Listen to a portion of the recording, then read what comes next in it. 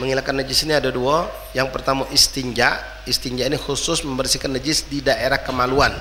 Disebut istinja. Kalau sudah bukan di daerah kemaluan, sekitar kemaluan, di luar kemaluan, itu namanya izalatun najasah, membersihkan najis. Boleh jadi di badan, boleh jadi di tempat ataupun pakaian. Nah, kedua hal ini kita menggunakan wasilah. Apa itu wasilahnya? Air, banyu, air, ya. Kita menggunakan air untuk menghilangkan najis ataupun untuk bersuci. Air tersebut disebut dengan air mutlak, ma'ul mutlak. Apa itu air mutlak? Wa huwa ma yusamma ma'un bila ghayyid, yaitu air yang tidak memiliki nama. Contohnya, subhanallah. Kalau anak nanya sama antum semua, ini apa?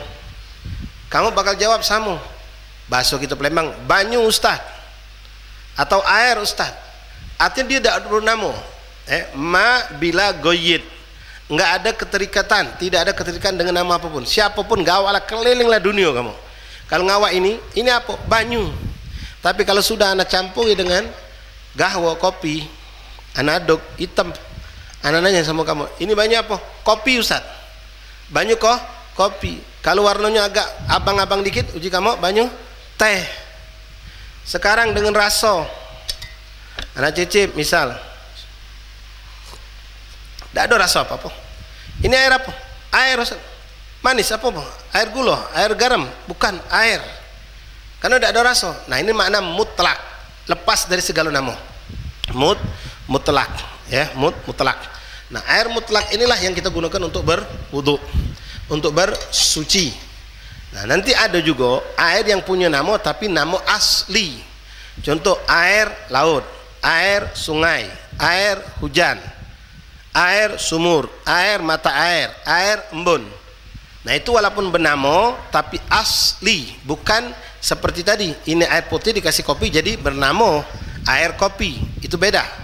Ya, air mutlak, air yang tidak ada nama, tidak ada keterikatan dengan nama apapun. Itulah air mutlak. Air mutlak ini yang bisa kita gunakan untuk bersuci, baik mengangkat hadas besar, hadas kecil, ataupun untuk izalatun najasah, menghilangkan najis, atau untuk istinja. Air yang tidak ada warna, tidak ada bau, dan tidak ada rasa, itulah air mutlak. Kalaupun dia ada rasa, ya, misal itu nanti ada pembahasannya. Boleh jadi rasa itu kalau memang alami, dalam arti kata memang proses alam, bukan dari buah-buahan, bukan. Yang misalnya air laut. Air laut kadang-kadang ada berasa, ada bau, rasanya asin. Tetap dianggap air itu air mutlak. Air sungai terkadang punya rasa dewek, beda dengan air yang ini. Ketika kita wudhu, kadang-kadang apalagi habis hujan, misal ada terasa seperti rasa tanah, itu pun tidak jadi masalah, tidak merusak makna air itu mutlak. Tetap air sumur kadang-kadang kita tercium bau seperti bau gelam, seperti bau apalah, seperti itu asli memang dari situ, maka ini juga tidak merusak. Nanti beda, itu asli dari alam, asli dari alam. Nah, beda nanti kalau air itu walaupun sama-sama mutlak tapi tidak dikatakan air mutlak, bukan, maaf, sama-sama alam tapi tidak dikatakan mutlak. Ketika air itu misal bersumber dari buah-buahan, sekarang kan banyak nih jus semangko, nanti jus, nanti bekas mentu banyu merah, ya, ini suci tapi tidak mensucikan. Kenapa? Dari segi warna dia warna, ya, tapi di buah kan laut juga warna biru aja gitu, katoklah, tapi itu alam langsung. Kalau ini prosesnya lewat buah, saya tadi itu ada wasilah buahnya, air kacang, air sayur mayur segala macam bentuk air itu. Nah, itu tidak masuk kategori air suci mensucikan, tapi dia cuma masuk air suci, tidak masuk sebagai air yang mutlak, tapi cuma air yang suci tapi tidak mutlak.